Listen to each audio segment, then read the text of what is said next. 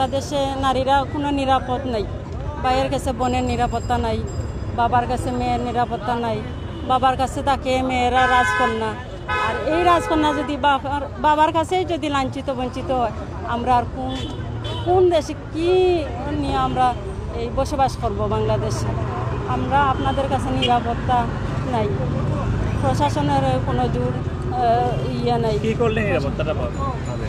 আমরা চাই যে যদি আমরা বাংলাদেশের যত পুরুষরা আছে তারা যদি দৃষ্টিভঙ্গি তারা বদলাইতে পারে, তারা মন মানসিকতা যদি মনুষ্যত্ব তাকে যদি, তাইলে কিন্তু আমরা নারীরা তারা কাছে নিরাপদ। আমরা রাস্তাঘাটে বেরিয়ে এলে আমরা একটা ভয় থাকে, আমরা ছেলেমেয়েরা স্কুল কলেজে গেলে আমরা একটা টেনশনে থাকি, কি জানি আমার মেয়েটা নিরাপদভাবে আমার বাসায় পৌঁছাতে পারে কি না। তাইলে এই যে সেনাবাহিনী যদি একটু ফলো করে, দেশটা আরও সুন্দর কিন্তু চলবে। কারণ মানে এই যে 16-17 বছর ক্রাইম করিয়া গেছে একটা সরকার, এই ক্রাইমটার মানে সারাইতে গেলে একটু সময়ের দরকার। অন্তর্বর্তী সরকারের কাছে আমার আবেদন যে এই যে বাচ্চাটা আসিয়া মেয়েটা মারা গেছে, এই মেয়েটার তো আর বাবা মার কাছে তো আর ফিরাইয়া দেওয়ার কোনো সম্ভব নয়।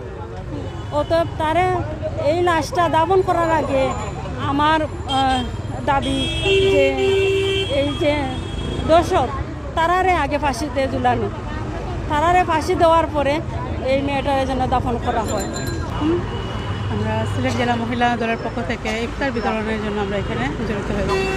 আসলে আমরা বিগত সরকার আমলে আমরা অনেক নির্যাতনের শিকার হয়েছি, অনেক দৌড়ানি খাইছি, পুলিশের দৌড়ানি খাইছি। অনেক প্রোগ্রাম করতে গিয়ে দেখা গেছে আমাদের সামনে জল কামান বা পুলিশ দাঁড়িয়ে রয়েছে।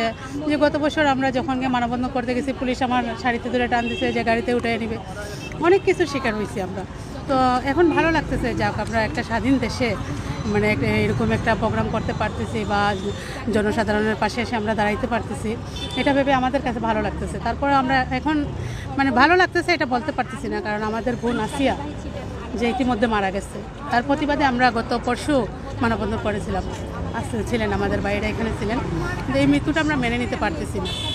আমাদের মেয়েরা, আমাদের বোনেরা যদি আজকে নিরাপদ না থাকে আপনাদের পুরুষদের কাছে, তাহলে তারা কোথায় যাবে, কার কাছে যাবে?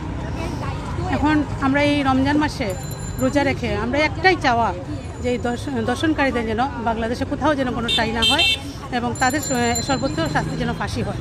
আমরা